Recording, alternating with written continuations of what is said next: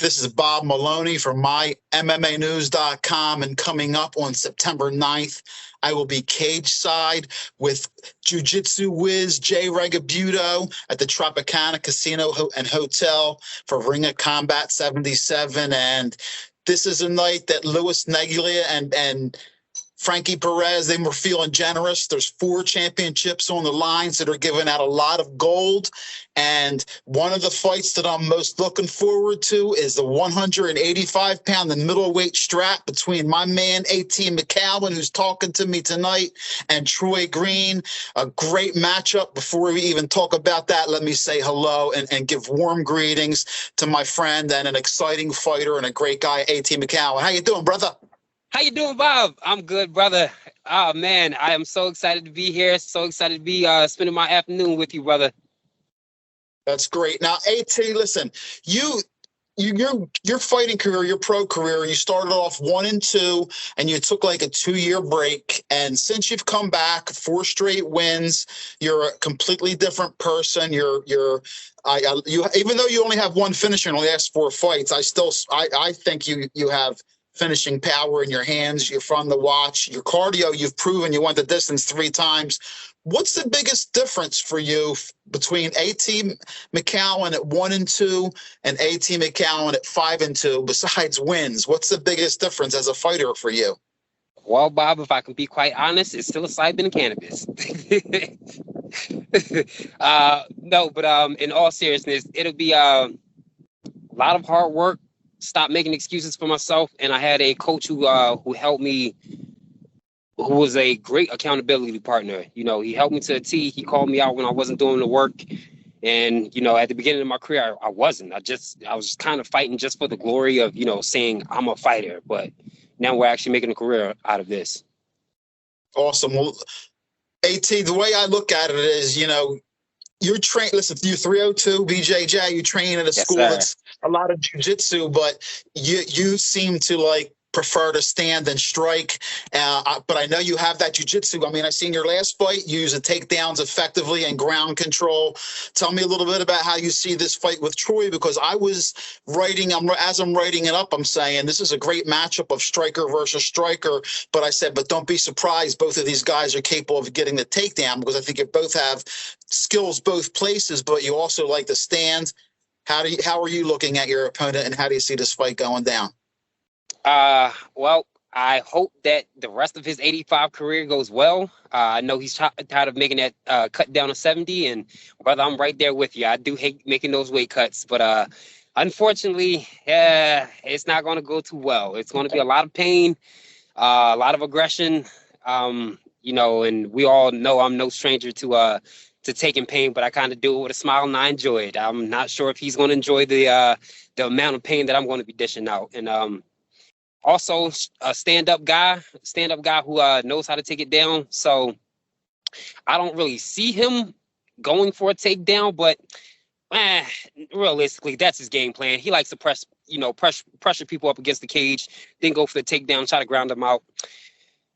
Bad game plan if that is his game plan. Good Lord. Don't want to give away my cookies yet. I kind of want to, show them off in the cage, but you were supposed to bring me a cookie last fight, and you didn't, so I'm going to catch up with you this fight. You're supposed to be bringing me a cookie. But anyway, brother. Hey, listen, it's one fight at a time, right? But listen, we're all dreamers, right? And, you know, do you look at this fight and say, hey, man, listen, I'm 5-2. Okay, I'm 5-2. I go out and win this fight, and I take care of business. I'm 6-2, and I'm checking out that Contender Series. I'm checking out the records of guys in the UFC. Ring of Combat champions seem to get a lot of play in the UFC. Yes, do you talk about that? I mean, obviously, like I said, you can't look past it's one fight at a time. Hey, you lose, and guess what? You're back down. You're starting all over. So, but have you talked about that with Earl or with Larry, 2 of your coaches who I love to death? Yes, sir.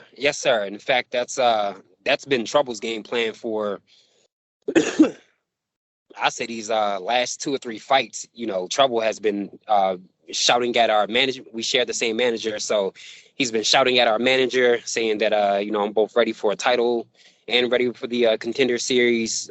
Larry Larry kind of wanted to do it in a little bit slower steps. He wanted us to get 10 full fights before we go into the deep waters. He kind of wanted to do that Yuri Prohaskis type of approach. But I think right now is a good time. Good time. I'm not looking past my opponent. Troy is still a dangerous opponent. Still has I don't think he really has knockout power, but I mean his skill set on the feet is still top notch. He still knows how to put his combinations together, get to his angles, and get to where he needs to get the fight to where he needs it to stay in control. So I'm not looking past him, but at the same time, I am looking forward to the Contender Series journey. Absolutely. And listen, if the Contender Series ends, you get this win, maybe they just come and you get the contract. I mean, listen, middleweight 170, they could 170 stacked, 185. They and you know what, Philly MMA, listen, let's talk about it. Even though you're Delaware, we're including you in that Philly MMA, right? Yes, sir. Tri-State, it's all together. All right. Listen, talk to me real quick about, who got you ready for this camp, same training partners, and who's been in there with you, and give some shout outs to your boys. Absolutely. So number 1 and 2, I'm going to have to go with Larry Edwards and his son, Jason Edwards. They've been there every morning, sacrifice just about every morning, just to, kind of be on my punching dummies. I also would like to give a huge shout out to Devontae. Good grief. What's Devontae's last name?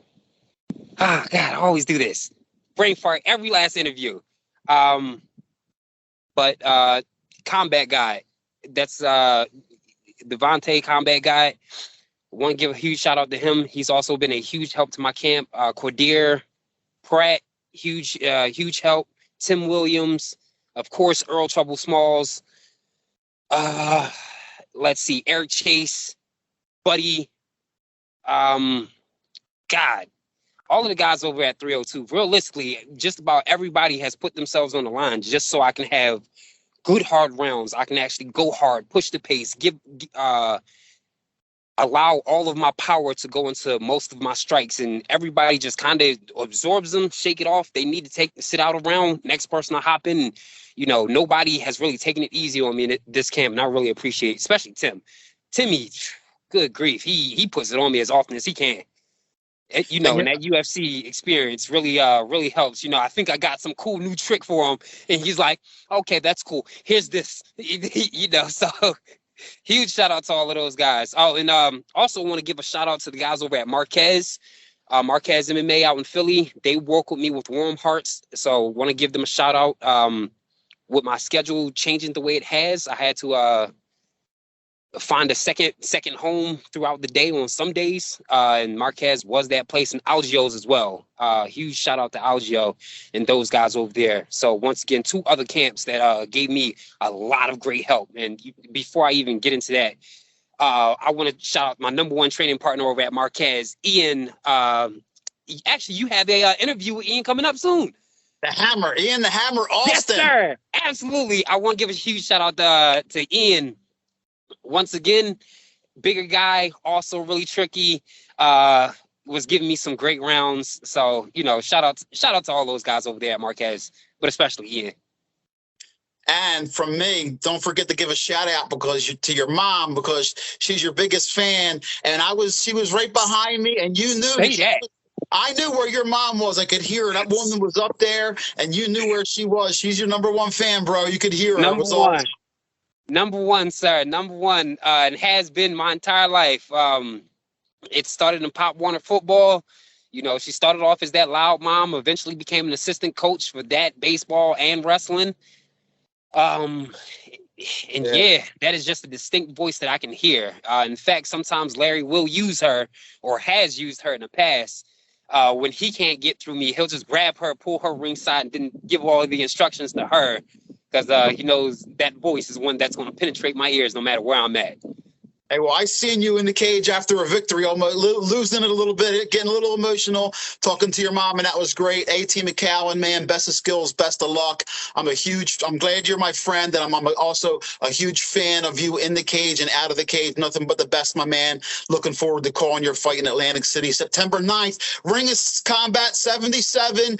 A.T. McCowin is going for the welterweight Ring of Combat champion, baby, and he is going to be it's going to be a great fight against Troy Green. fine. Always Middleweight. I don't want people thinking I'm cutting down to 170. That ain't happening. Middleweight. All right, Bob.